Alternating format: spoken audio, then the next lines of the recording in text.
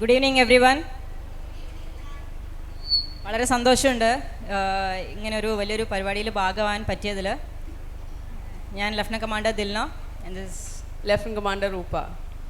So നമ്മളൊരു ചെറിയൊരു PPT prepare ചെയ്തിട്ടുണ്ട്. സോ ദാറ്റ് നമ്മൾ ചെയ്ത ഈ എക്സ്പെഡീഷനെ പറ്റി നിങ്ങൾക്ക് കൂടുതൽ മനസ്സിലാക്കാൻ വേണ്ടി. സോ അത് ചെയ്തുകൊണ്ടിരിക്കുകയാണ്. കുറച്ച് വെയിറ്റ് ചെയ്യാം. So how many of you know what we did or why have we come here? Any idea? I think you need to explain them about the circumnavigation first. So Indian നേവിയുടെ ഒരു പ്രൊജക്റ്റായിരുന്നു Navika Sagar Parikrama, circumnavigation of the globe. ലോകം മൊത്തം ചുറ്റി കറങ്ങി ഒരു പായ്വഞ്ചിയിൽ 17 metre മാത്രം നീളമുള്ള ഒരു പായ്വഞ്ചിയിൽ 2 പേര് മാത്രമായിട്ട് പോയിട്ട് ലോകം ചുറ്റി വരുന്ന ഒരു പ്രൊജക്റ്റായിരുന്നു നാവിക സാഗർ പരിക്രമ 2. അതാണ് നമ്മൾ ചെയ്തത്. 238 ദിവസം എടുത്തു നമുക്ക് കടലിൽ ഈ ഒരു എക്സ്പെഡീഷൻ കംപ്ലീറ്റ് ചെയ്ത് തിരിച്ചു വരാൻ. ഞങ്ങൾ October 2, 2024 സ്റ്റാർട്ട് ചെയ്തത് ഗോവയിൽ വെച്ച്. തിരിച്ച് നമ്മൾ ഗോവയിൽ നിന്ന് സ്റ്റാർട്ട് ചെയ്തിട്ട് ഈസ്റ്റിലോട്ട് പോയി വെസ്റ്റിലൂടെ തിരിച്ച് വന്ന് തിരിച്ച് ഗോവയിലേക്ക് കയറി. 8 മാസം എടുത്തു. 2025 May 29 ഞങ്ങൾ തിരിച്ചെത്തിയത്. സോ ആ ഒരു ജേർണി എങ്ങനെയായിരുന്നു, ഞങ്ങൾ എങ്ങനെയാണ് അതിനെ പ്രിപ്പയർ ചെയ്തത്, എന്തൊക്കെ പ്രോബ്ലംസ് ഉണ്ടായിരുന്നു, എന്തൊക്കെ നല്ല മൊമെൻറ്റ്സ് ഉണ്ടായിരുന്നു, ഇതെല്ലാം നിങ്ങളായിട്ട് ഷെയർ ചെയ്യാനാണ് ഞങ്ങൾ വന്നിരിക്കുന്നത്. ഇപ്പോൾ ഒരു ഔട്ട്ലൈൻ കിട്ടിയല്ലോ എന്താണെന്നുള്ളത്. നമുക്ക് நாங்கள் 2 பேரும் மட்டும்தான் இருந்தோம் போட்டில். So there are no other people on the boat. It was just the 2 of us. So it was the first, we are the first Indians and the Asians and probably in the world to do a dual-handed circumnavigation.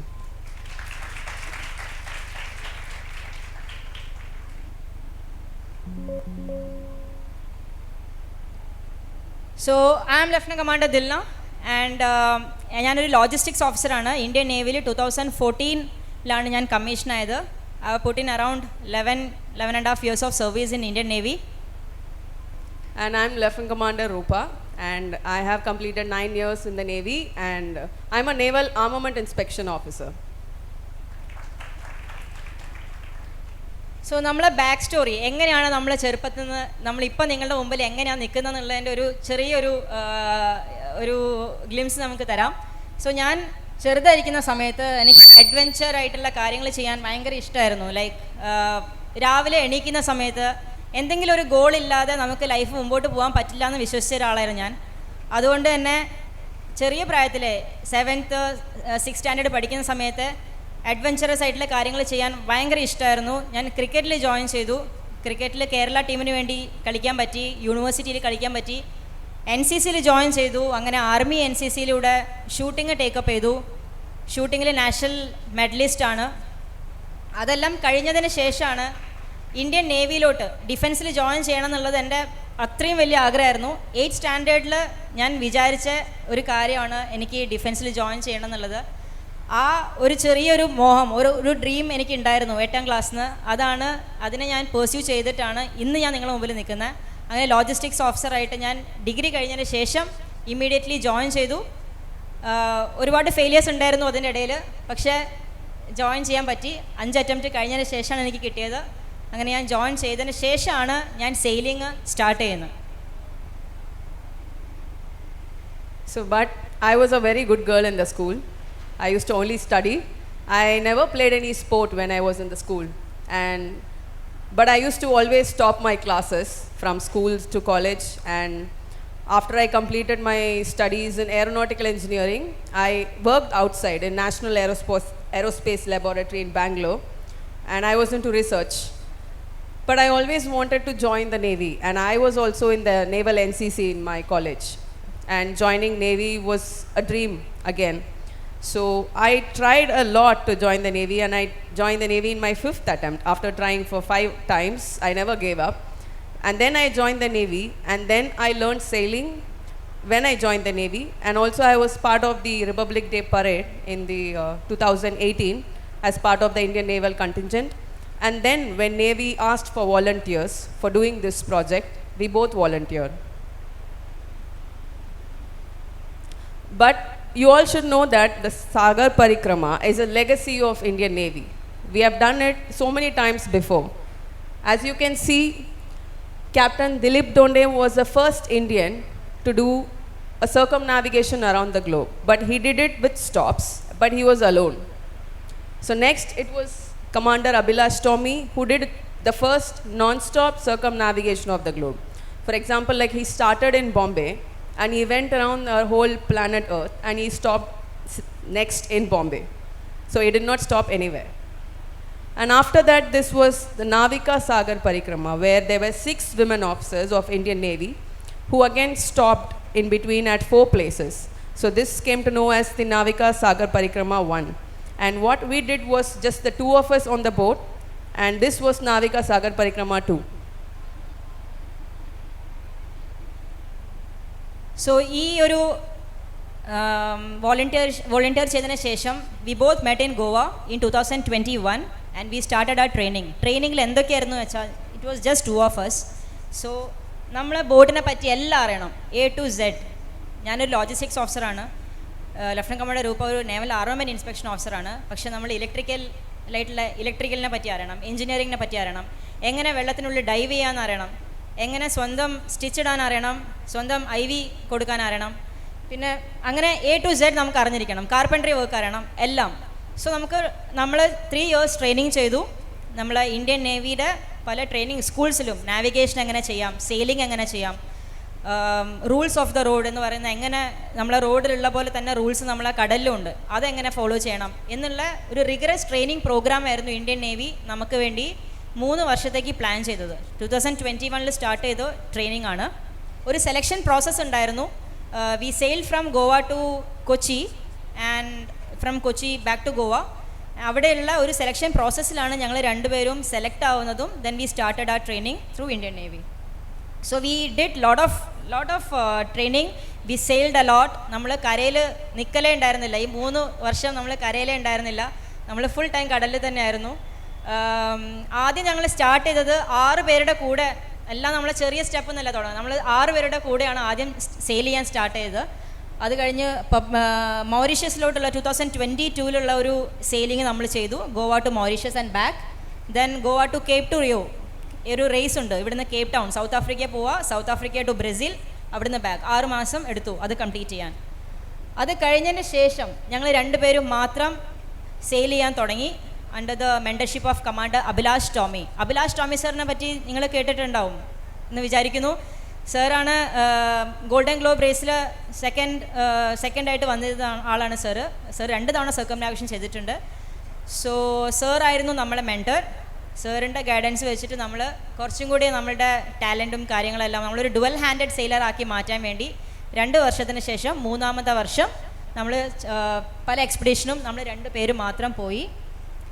പിന്നെ കുറച്ച് solo സോട്ടീസ് ഒറ്റയ്ക്കും നമ്മൾ train ചെയ്തിട്ടുണ്ട്. In case ഒരാൾക്ക് വയ്യാതെയായി, ഒരാൾ പോയി, ഇല്ലെങ്കിൽ വെള്ളത്തിൽ വീണുപോയി, എന്തെങ്കിലും ആയി, നമുക്ക് ഒറ്റയ്ക്ക് ബോട്ട് തിരിച്ചു കൊണ്ടുവരണം. സോ ഇതെല്ലാം നമ്മൾ അതിന് വേണ്ടി കാറ്റർ ചെയ്തിട്ടുണ്ട്. സോ ആ ട്രെയിനിങ് എല്ലാം 3 വർഷം കഴിയുമ്പോഴേക്ക് നമ്മൾ 38,000 നോട്ടിക്കൽ മൈൽസ് നമ്മൾ പ്രാക്ടീസ് ചെയ്തു. 38,000 നോട്ടിക്കൽ മൈൽസ് എന്ന് പറഞ്ഞാൽ അറൗണ്ട് 60,000 കിലോമീറ്റേഴ്സ് നമ്മൾ അത്രയും സെയിൽ ചെയ്തിട്ടുണ്ട്. അതിനാണ് ഇമ്പോർട്ടൻസ് നമ്മൾ പറയുന്നത്. പ്രിപ്പറേഷൻ എത്രമാത്രം ഇമ്പോർട്ടൻ്റ് ആണെന്നുള്ളത് നമുക്ക് മനസ്സിലായത് ഈ ട്രെയിനിങ്ങിൽ. ഒരു 8 മാസത്തെ ജേണിക്ക് വേണ്ടി 3.5 വർഷം നമ്മൾ സെയിൽ ചെയ്തുകൊണ്ടിരിക്കുകയാണ്. അതാണ് പ്രിപ്പറേഷൻ്റെ ഇമ്പോർട്ടൻസ്. ഇതൊരു ചെറിയ മൂവിയാണ് നമ്മുടെ ഡോക്യുമെൻ്ററി നമ്മൾ ഇതിനെ വെച്ച് പറ്റിയിട്ടുള്ളത്.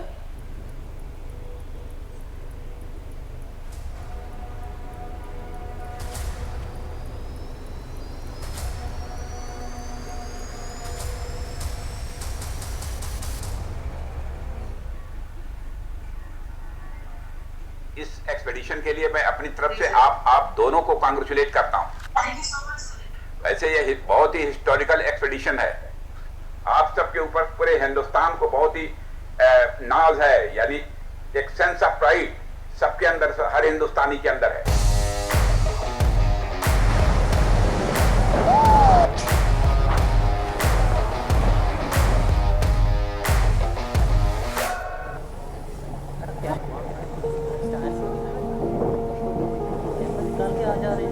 With the blessings of the whole nation, the Indian Navy's Navika Sagar Parikrama 2 expedition by Lieutenant Commander Dilna K and Lieutenant Commander Rupa A on board INSV Tarini was flagged off by Admiral Dinesh K. Tripathi, Chief of the Naval Staff, from INS Mandavi in Goa on 2nd October 2024.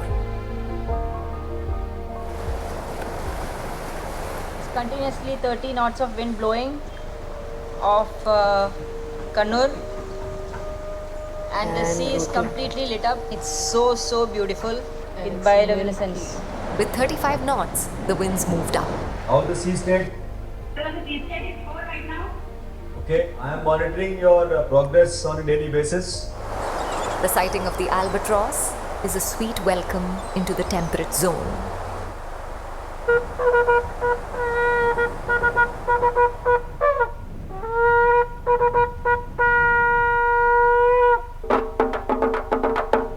Dilna and Rupa were honoured at the Parliament of Western Australia for their significant achievement of sailing around the world on board INSV Tarini. And wish the Lieutenant Commanders all of the very best and fair wind for your travels around the globe. As they crossed into the roaring 40s, their condition worsened.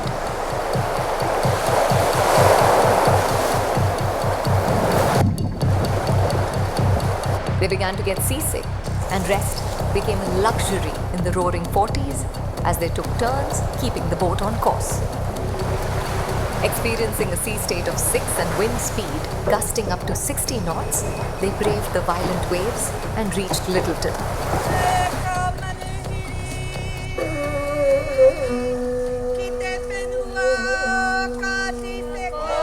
At Littleton, the representatives from the Maori tribe welcomed Dilna and Rupa with Maori traditional rituals.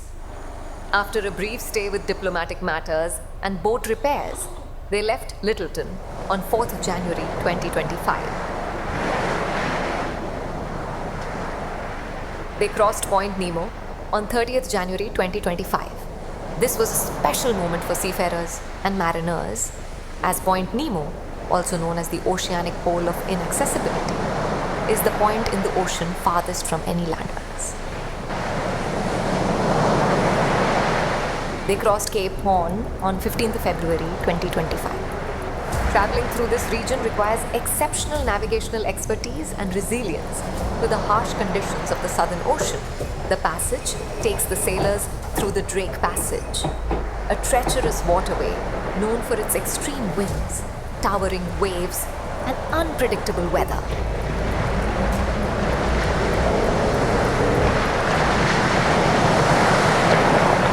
After a brief stay at Port Stanley, they continued sailing to the South Atlantic Ocean. On 15th of April 2025, INSV Tarini was ceremonially flagged off from the Royal Cape Yacht Club for the final leg of her journey to Goa.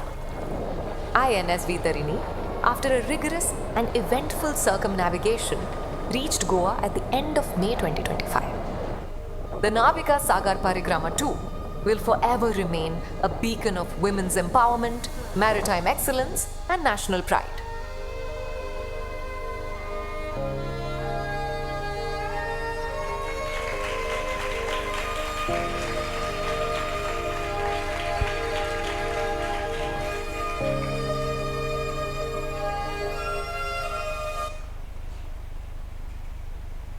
So സർക്കംനാവിഗേഷൻ ചെയ്യണമെന്നുണ്ടെങ്കിൽ കുറച്ച് rules and regulations നമുക്ക് follow ചെയ്യണം. നമുക്ക് start ചെയ്യുന്നതും finish ചെയ്യുന്നതും same പോർട്ടിൽ നിന്നായിരിക്കണം. We started from Goa and we finished at Goa and we need to cross the equator twice. ഒന്ന് നമ്മൾ ഭൂമിയുടെ താഴേക്ക് ഇറങ്ങുന്ന സമയത്തും ഒന്ന് തിരിച്ച് റൗണ്ട് ചെയ്ത് തിരിച്ച് മേലേക്ക് കയറുന്ന സമയത്തും. സോ 2 തവണ ഇക്വേറ്റർ ക്രോസ് ചെയ്തിരിക്കണം. ഒരു കാനൽസും സ്ട്രെയിറ്റ്സും നമ്മൾ യൂസ് ചെയ്യാൻ പാടില്ല. ഒരുപാട് കനാൽസ് ഇല്ല, പനാമ കനാൽ, ഒരു സ്ട്രെയിറ്റ്സും ഒന്നും യൂസ് ചെയ്യാൻ പാടില്ല. നമുക്ക് 3 ഗ്രേപ്സ് കടന്നിട്ട് വേണം പോകാൻ. 21,600 നോട്ടിക്കൽ മൈൽസ് നമ്മൾ circumference of the earth at the equator. ഭൂമിൻ്റെ ഇക്വേറ്ററിൻ്റെ സ്ഥലത്ത് ഭൂമിയുടെ എത്രയാണ് സർക്കംഫറൻസ് എന്ന് വെച്ചാൽ അറ്റ്ലീസ്റ്റ് അത്രയെങ്കിലും നോട്ടിക്കൽ മൈൽസ്, ഇത് നോട്ടിക്കൽ മൈൽസിലാണ്, കിലോമീറ്ററെങ്കിലും നമ്മൾ പോയിരിക്കണം. പിന്നെ 3 great capes, cape Leeuwin in Australia, cape horn in South America and cape of good hope in South Africa. ഈ 3 കേപ്പ്, മുനമ്പുകൾ എന്ന് പറയും, ഇത് നമ്മൾ റൗണ്ട് ചെയ്തിരിക്കണം. ഇതാണ് ഇതിൻ്റെ റൂൾ. പിന്നെ നമ്മൾ എൻജിൻ യൂസ് ചെയ്യില്ല. പായ്വഞ്ചിയിൽ പ്യുവറായിട്ട് നമ്മൾ സെയിൽ യൂസ് ചെയ്യും. കാറ്റിൻ്റെ ബെനിഫിറ്റ് വെച്ചിട്ടാണ് നമ്മൾ പോകുന്നത്. എൻജിൻ യൂസ് ചെയ്തിട്ടല്ല പോകുന്നത്. എൻജിൻ യൂസ് ചെയ്യുന്നത് എന്തെങ്കിലും എമർജൻസി ഉണ്ടെങ്കിലോ ഇല്ലെങ്കിൽ ഒരു ഹാർബറിൽ കയറാൻ വേണ്ടിയോ മാത്രമേ യൂസ് ചെയ്യുള്ളൂ. സോ നമ്മളെടുത്ത റൂട്ട് എന്ന് പറയുന്നത് ഇതാണ്.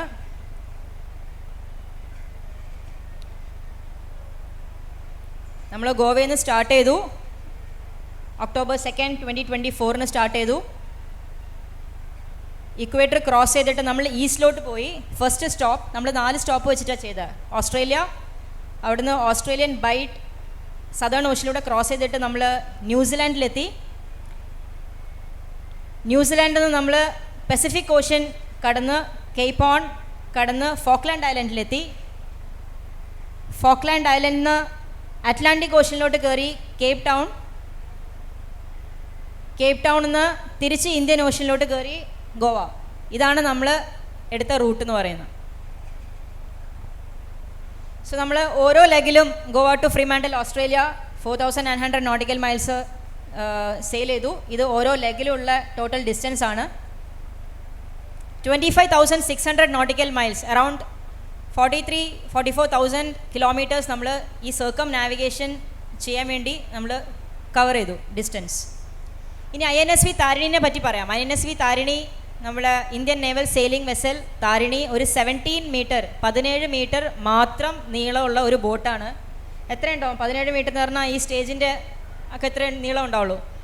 അതിൽ ബേസിക് ആയിട്ടുള്ള കാര്യങ്ങൾ മാത്രമേ ഉള്ളൂ. ഫ്രിഡ്ജില്ല, AC ഇല്ല, ഒരു നോർമൽ ഹാൻഡ് പമ്പ് ടോയ്ലറ്റാണുള്ളത്. പിന്നെ എന്താ പറയുക, താഴെ നമുക്ക് കിടക്കാൻ ചെറിയ ബങ്സ് ഉണ്ട്.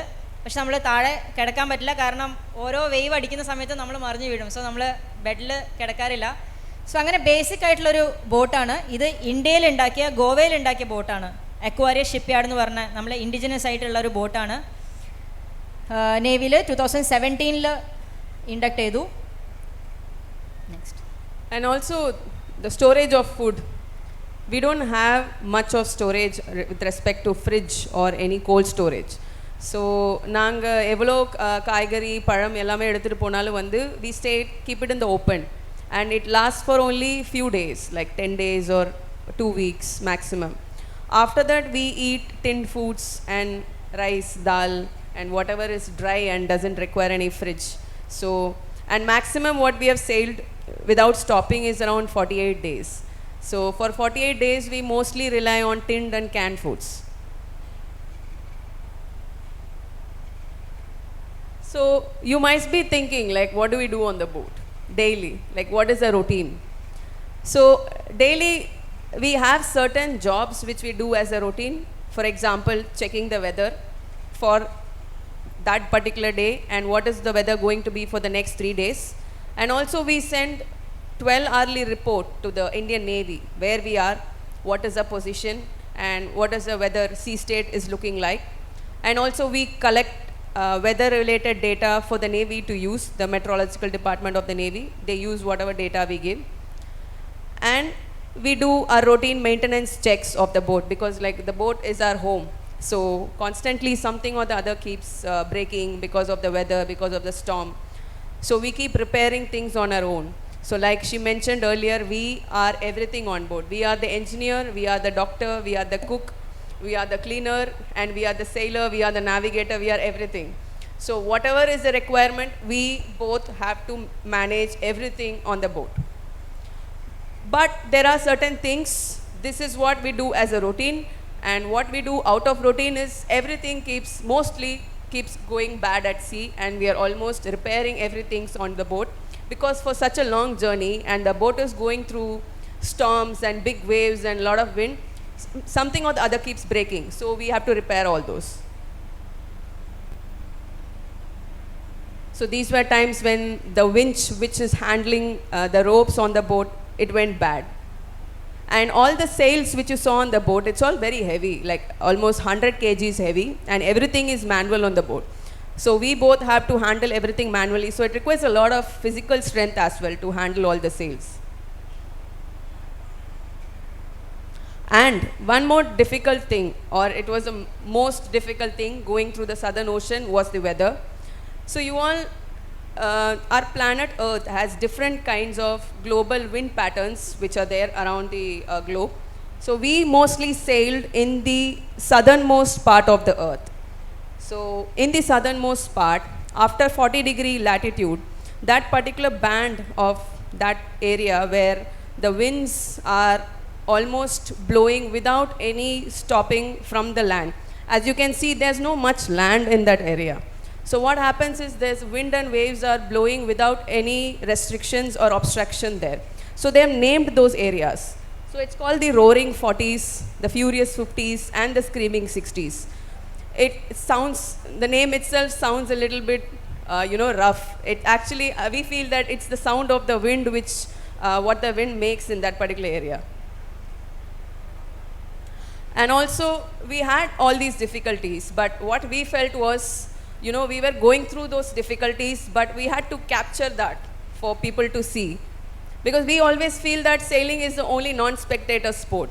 All other sports like cricket, football, basketball, you see the audience sitting around the field and watching you play or watching you go through all kinds of emotions and physically and mentally. But sailing is like, you are somewhere out in the sea, it's just the both of us. If we do not capture it for the people back on the land, you will not have any idea of what we are going through. So, but that was the most difficult part because we are going through storms and difficult situations, but we had to capture it. So we tried hard and we captured the moments which we went through during this journey, and we have made a video which we'll show you shortly.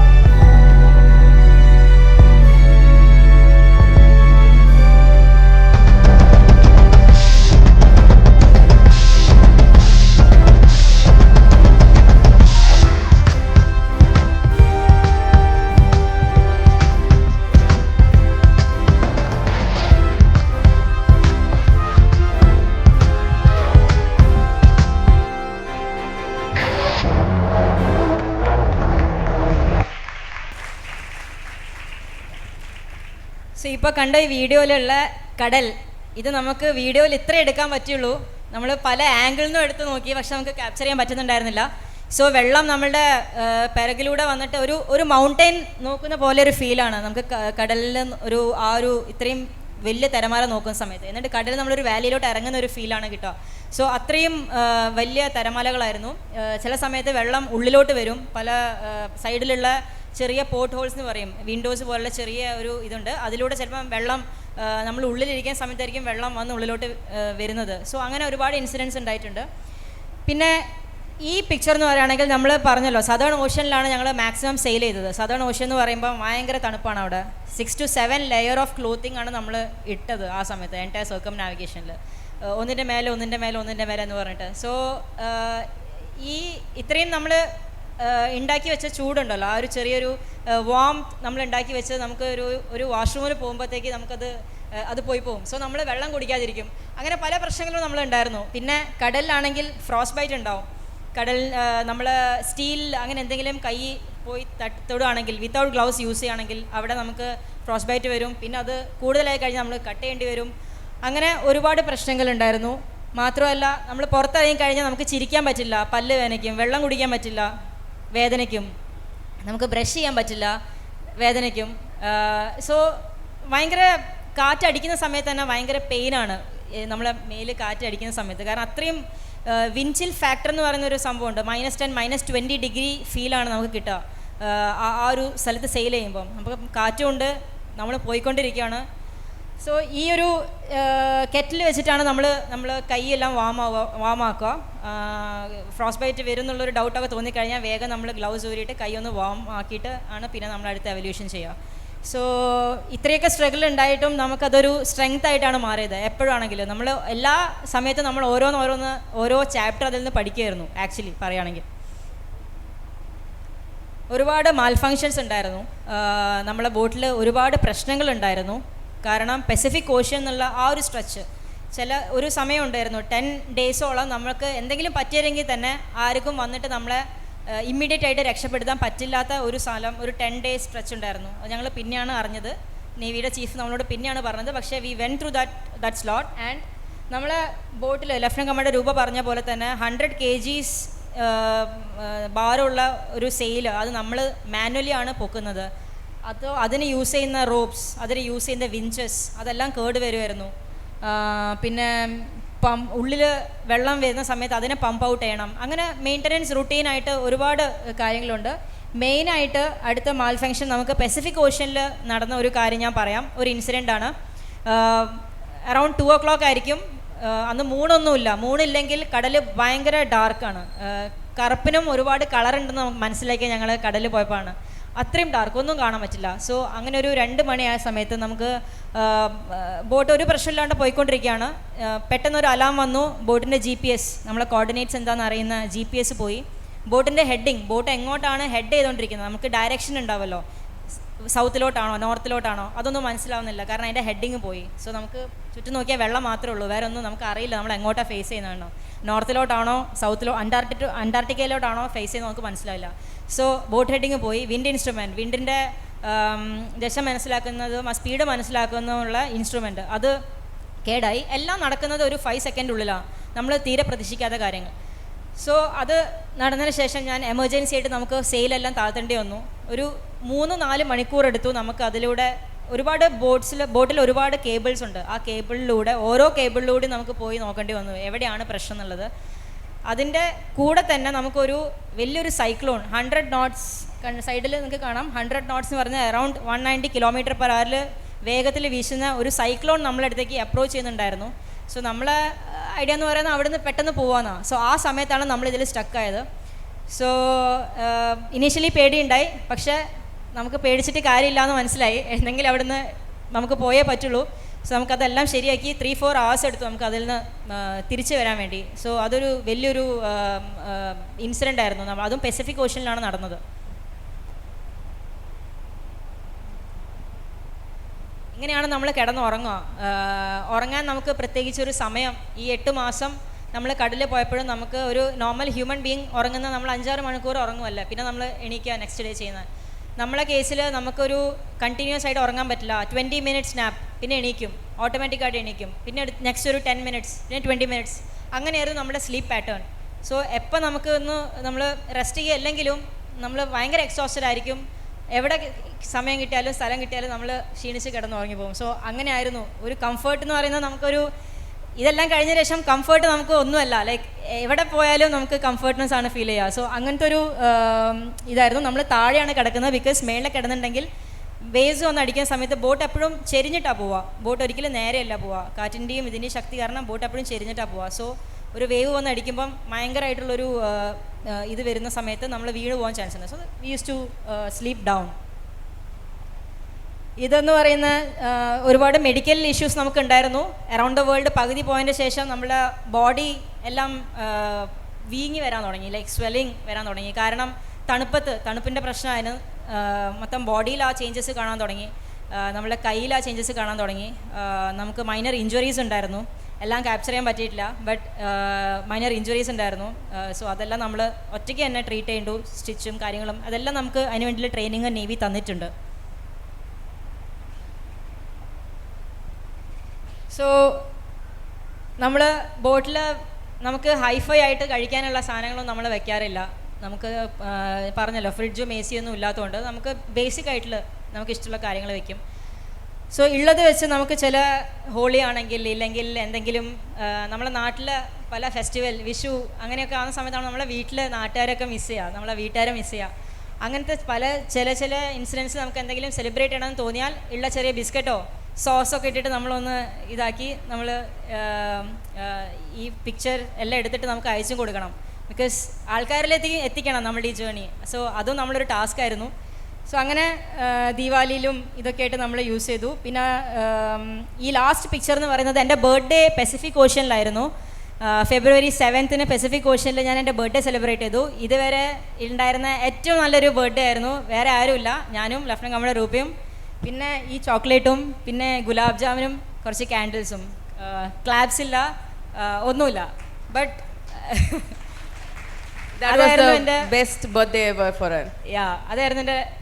Because ഈ birthday സെലിബ്രേഷൻ്റെ video എല്ലാവരും കാണും, നമ്മൾ അറിയാത്ത ആൾക്കാർ വരെ നമ്മൾ wish ചെയ്തുകൊണ്ടിരിക്കുകയാണ്. So ആ ഒരു ഹാപ്പിനെസ് ഭയങ്കര ഭയങ്കര വലുതായിരുന്നു. So we spoke about a lot of discomfort, problems which we were going through in the boat. But all of these problems only made us stronger. It is not just for the journey, but it gave us that mental strength. You know, we always feel like going to if you take any sport or any project, more than physical, it's always, we say that it's always in the mind and it's always in your mental strength. So all of these problems, we saw every problem as a challenge. We thought like whatever went wrong, there was an equipment repair on the boat which went bad. We feel like, okay, we are getting to learn how to repair this. We are getting to learn more about the boat. So until the last day of the journey, even after 238 days, we were learning something about the boat. So this mindset, we got it because of sailing, where we feel like every problem, every challenge is an opportunity to learn. If you flip your mindset to think about a situation in that angle, you will realize how you can push your limits. Point Nemo നിങ്ങൾ കേട്ടിട്ടുണ്ടാവും. Point നീമോ എന്ന് പറയുകയാണെങ്കിൽ ഭൂമിയിലെ ഏറ്റവും റിമോട്ടസ്റ്റ് ആയിട്ടുള്ളൊരു പോയിൻ്റാണ്. ഇത് Pacific ഓഷ്യനിൽ, Pacific സമുദ്രത്തിൻ്റെ നടുവിലുള്ളൊരു പോയിൻ്റാണ്. അവിടുന്ന് നമ്മൾ മെഷർ ചെയ്ത് നോക്കിയാൽ ഏറ്റവും അടുത്തുള്ള ഹ്യൂമൻ ബീങ്സിനെ നമുക്ക് കോൺടാക്ട് ചെയ്യാൻ പറ്റുന്നത് ഇൻ്റർനാഷണൽ സ്പേസ് സ്റ്റേഷനിലാണ്. സോ കാരണം ഐലൻഡ്സ് എല്ലാം അത്രയും ദൂരെയാണ്. ഏറ്റവും നിയറസ്റ്റ് ആയിട്ടുള്ളത് ഇൻ്റർനാഷണൽ സ്പേസ് സ്റ്റേഷനിലാണ്. അവരോട് നമുക്ക് കമ്മ്യൂണിക്കേറ്റ് ചെയ്യാൻ ഈസി ആയിരിക്കും ബാക്കിയുള്ള ലാൻഡിലുള്ള ആൾക്കാരിനെക്കാട്ടും. സോ നമ്മൾ പോയിന്റ് നീമോയിൽ പോയി. പോയിന്റ് നീമോയിൽ പോകുന്നതിന് മുമ്പ് അതിന് പിറകിലൊരു ചെറിയ കഥയുണ്ട്. പോയിന്റ് നീമോയിൽ ഇതുവരെ ആരും പോയിട്ടില്ല എന്ന കാര്യം നമുക്ക് മനസ്സിലായി. സോ നമ്മൾ പോകുന്ന റൂട്ടിലല്ലായിരുന്നു ഈ പോയിന്റ് നീമോ വന്നത്. സോ പോയിന്റ് നീമോയിലേക്ക് എത്തണമെങ്കിൽ നമുക്കൊരു സ്റ്റോം സെയിം സൈഡിൽ നിന്ന് വരുന്നുണ്ടായിരുന്നു. സോ നമുക്ക് അങ്ങോട്ട് സൗത്ത് ഈസ്റ്റിലോട്ട് അങ്ങോട്ട് പോകണമെങ്കിൽ അവിടെ നിന്നൊരു സ്റ്റോം വരുന്നുണ്ട്. നമ്മൾ ഒരുപാട് ആലോചിച്ചു എന്ത് ചെയ്യണം. സേഫ്റ്റി നമുക്ക് നോക്കണം, കംപ്ലീറ്റ് തിരിച്ചെത്തണം. കുറേ കാര്യങ്ങൾ നമ്മളെ മൈൻഡിൽ പോകുന്നുണ്ടായിരുന്നു. പക്ഷേ ഒരു ടൈമിൽ നമ്മൾ വിചാരിച്ചു ഈ റിസ്ക് എടുക്കുന്ന ഒരു ക്യാപ്പബിലിറ്റി, റിസ്ക് നമുക്ക് എടുത്തേ പറ്റുള്ളൂ ലൈഫിൽ. അങ്ങനത്തെ ഒരു ചിന്താഗതി മൈൻഡ് സെറ്റ് വെച്ചിട്ടാണ് നമ്മൾ പോകാമെന്നുള്ള തീരുമാനം എടുത്തു. We went there, we became the first Indians, Asians and first in the world to go to the exact coordinates. ആ കോർഡിനേറ്റ്സ് നമ്മൾ റെക്കോർഡ് ചെയ്ത് വെച്ചിട്ടുണ്ട്. ആ കോർഡിനേറ്റ്സിൽ ഒരു സെയിൽ ബോട്ട് പോകുന്ന ഫസ്റ്റ് ആൾക്കാരാണ് നമ്മൾ. ഇതൊരിക്കലും ഈസി ആയിരുന്നില്ല. അവിടെ ആ സമയത്ത് എത്തിയ സമയത്ത് എന്താണെന്ന് തോന്നിയെന്ന് വെച്ചാൽ നമ്മൾ എല്ലാവരെക്കാട്ടും എത്രയോ അകലെയാണ്, ഭയങ്കര ദൂരമാണ്, ആരുമില്ല അവിടെ, അതിൻ്റെ അടുത്തും ആരുമില്ല. സോ നമ്മൾ ഒറ്റയ്ക്കാണെന്നുള്ളൊരു ഫീൽ അവിടെ ആക്ച്വലി ഉണ്ടായി. Point നീമോ.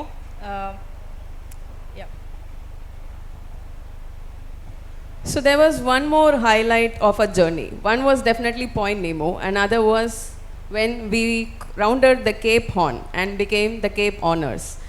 So what is important or what is special about this place on the earth?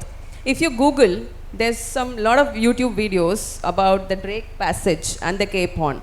If you see, nobody goes in that particular part of the earth because that is known to be the most dangerous place on the earth. Because of its position, and the weather there is always stormy and very difficult, so that is not a part of the normal shipping route. So that's why all the shipping, they use the Panama Canal to cross from the Pacific Ocean to the Atlantic Ocean. But for the circumnavigation, it was a rule that we round the Cape Horn. And there is a statistics that the number of people who have climbed or summited Mount Everest are more than the number of people who have rounded the Cape Horn. And we usually call this Cape Horn as the Mount Everest of sailing. And when you become Cape Horners, there's a special privileges which you get as a sailor. And this was also one of the most close moment for us during the journey.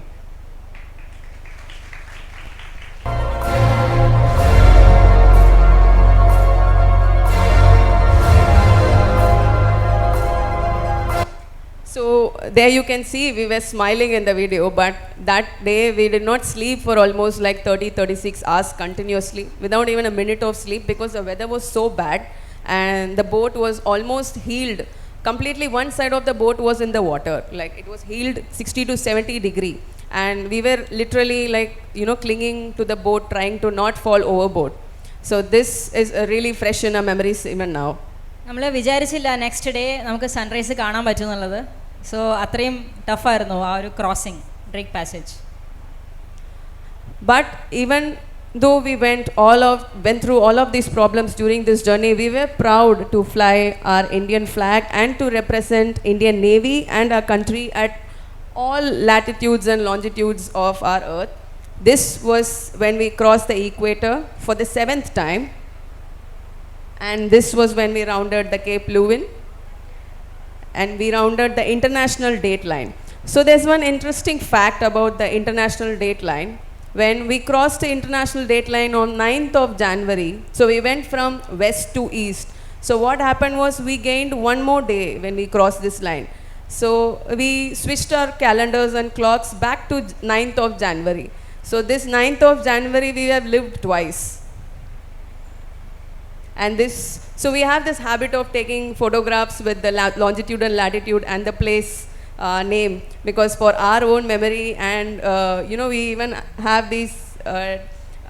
this photo even now, the placards. And this was at Cape Horn. This was when we crossed the prime meridian, and this was the last cape which we had to round, the Cape of Good Hope, which is in the southwestern point of South Africa. And this was when we crossed the equator for the 8th time when we were back home.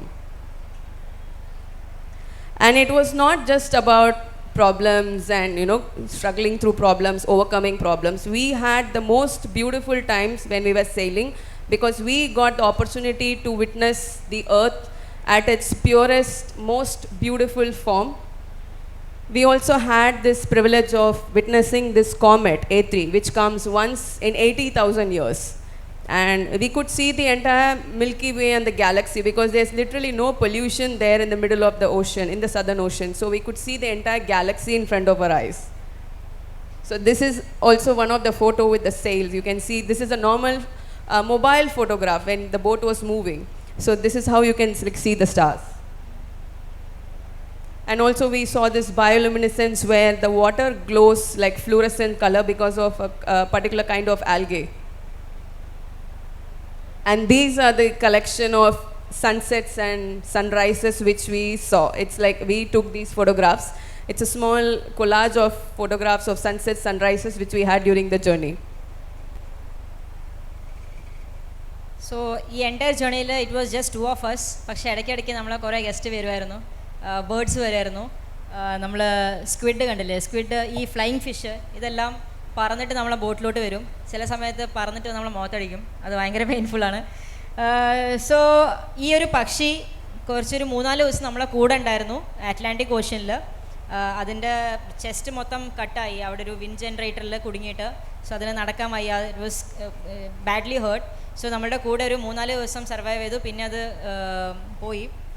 So അങ്ങനെ ഒരുപാട് bird വന്നിട്ട് ചില സമയത്ത് നമ്മൾ കാറ്റിലാണല്ലോ പോകുന്നത്, കാറ്റിൻ്റെ മേലെ ഒരു ഇൻസ്ട്രുമെൻ്റ് ഉണ്ട്, അവിടെ കയറി ഇരിക്കും ഈ birds.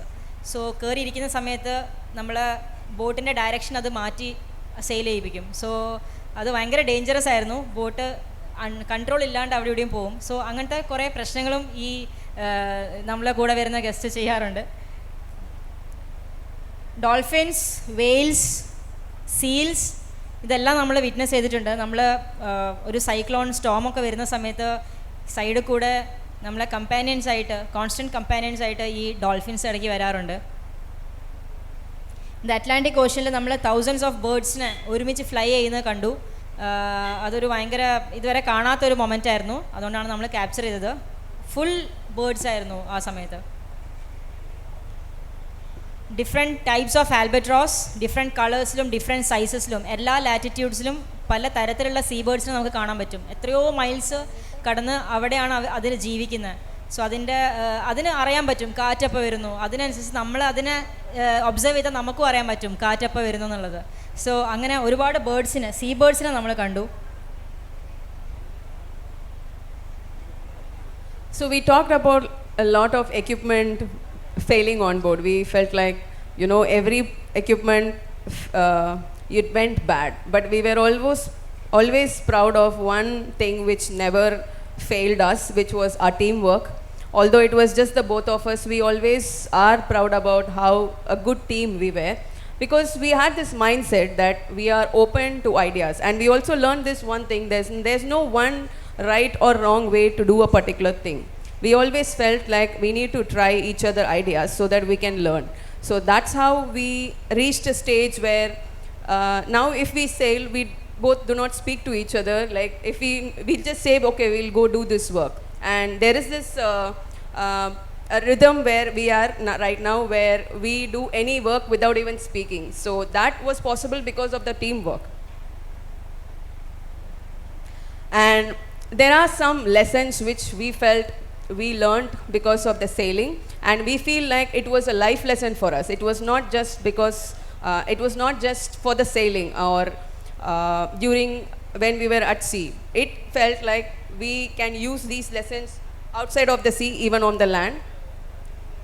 Of course, we returned back to Goa after completing the journey, but we both were not the same people who went on the October of 2nd. We were very different people when we came back on the 29th of May.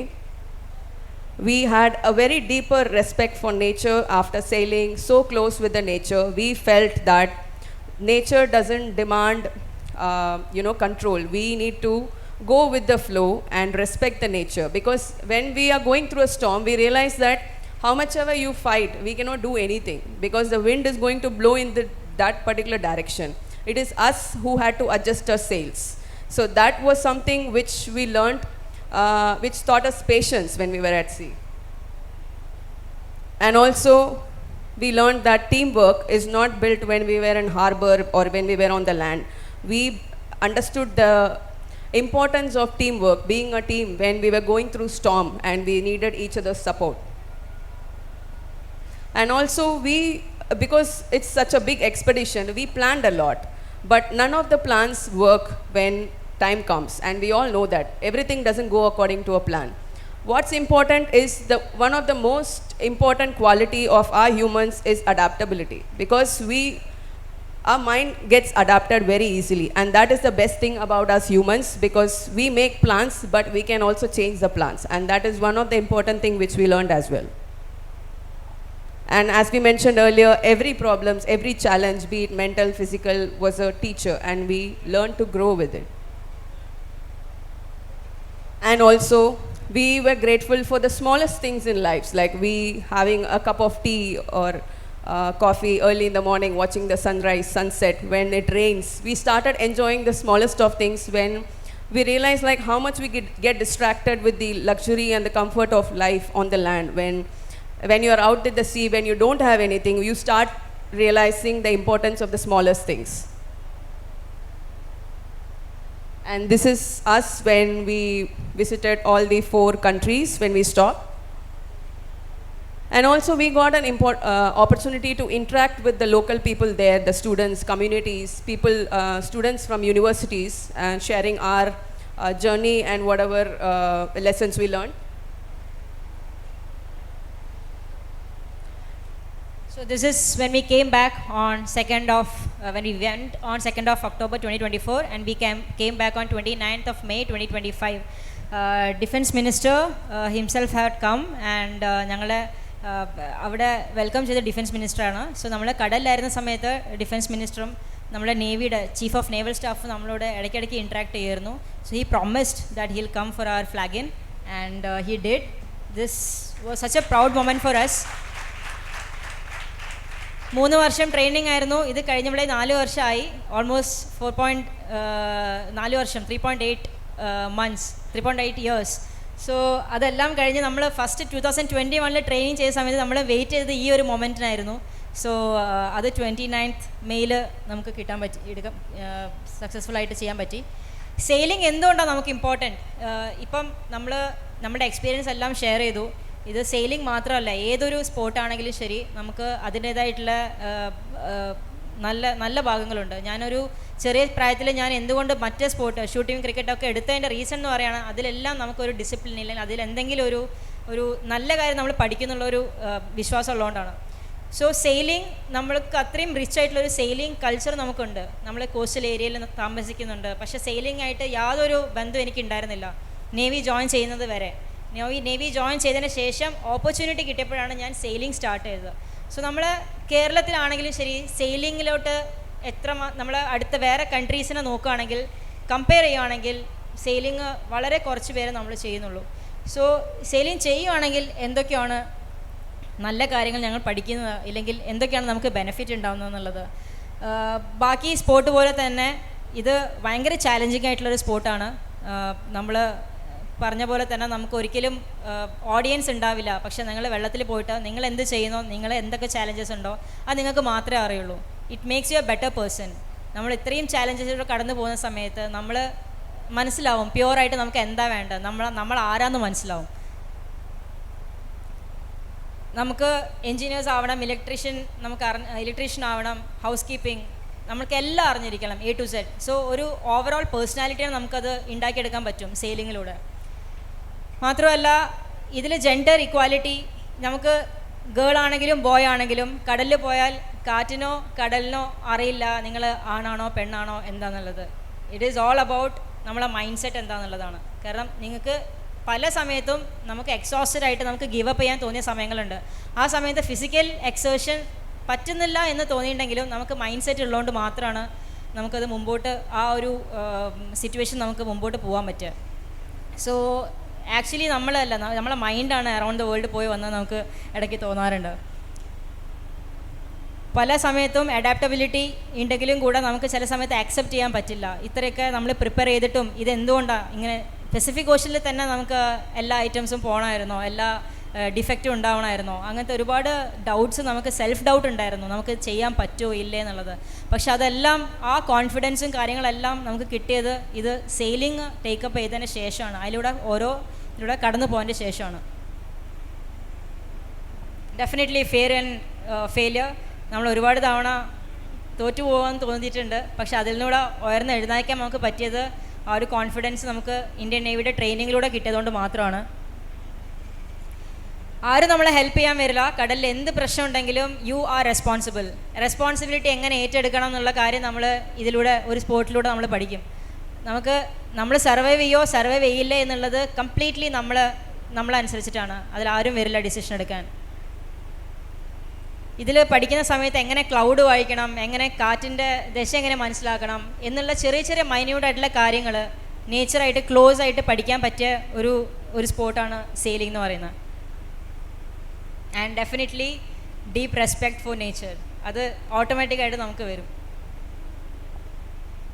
നമുക്ക് ഈ opportunity കിട്ടിയ സമയത്ത് കുറച്ച് പേർക്ക് opportunity നമുക്ക് എല്ലാവർക്കും കിട്ടാറുണ്ട്, പല ഓപ്പർച്യൂണിറ്റീസ്. പക്ഷേ വളരെ ഇമ്പോർട്ടൻ്റ് ആയിട്ടുള്ള കാര്യം എന്ന് പറയുകയാണെങ്കിൽ അതിന് യെസ് എന്ന് പറയാന്നുള്ളതാണ്. ഞങ്ങൾ യെസ് എന്ന് പറഞ്ഞുകൊണ്ടാണ് 3-4 വർഷം മുമ്പ് യെസ് എന്ന് പറഞ്ഞുകൊണ്ടാണ് ഇന്ന് ഞങ്ങൾക്ക് നിങ്ങളുടെ മുമ്പിൽ സംസാരിക്കാൻ പറ്റുന്നത്. യെസ് എന്ന് പറഞ്ഞിട്ടുണ്ടായിരുന്നെങ്കിൽ ആ ഒരു ഓപ്പർച്യൂണിറ്റി നമ്മളെ കയ്യിൽ നിന്ന് വിട്ടുപോയിരുന്നു. ഞാനൊരു സെയിലർ ആണ് എന്നുള്ള കാര്യം ഞാൻ റിയലൈസ് ചെയ്യില്ലായിരുന്നു. ലഫ്റ്റനന്റ് കമാൻഡർ രൂപ ഒരു സെയിലർ ആണെന്നുള്ള കാര്യം റിയലൈസ് ചെയ്യില്ലായിരുന്നു. സോ നമ്മളെ സ്ട്രെങ്ത്തും വീക്ക്നെസ്സും എല്ലാം നമുക്ക് മനസ്സിലാക്കി ഇപ്പം നമുക്കിവിടെ നിൽക്കാൻ പറ്റുന്ന ഒരു കാരണം മാത്രമാണ് ഞങ്ങൾ യെസ് പറഞ്ഞുകൊണ്ടിരുന്നത്. അതുകൊണ്ട് തന്നെ എല്ലാവരും ഏത് ഓപ്പർച്യൂണിറ്റി കിട്ടിയാലും യെസ് എന്നുള്ള വാക്ക് പറയണം, അതിനെ ട്രൈ ഔട്ട് ചെയ്യണം. നിങ്ങൾക്ക് പോലും അറിയില്ല നിങ്ങൾ എന്തിലാണ് ബെസ്റ്റ് എന്നുള്ളത്. നിങ്ങളിൽ പല ആൾക്കാരും പല കാര്യത്തിലും നല്ലതായിരിക്കും, which you won't even understand now till the time you try it. So please try out, explore yourself. That's all. Thank you so much.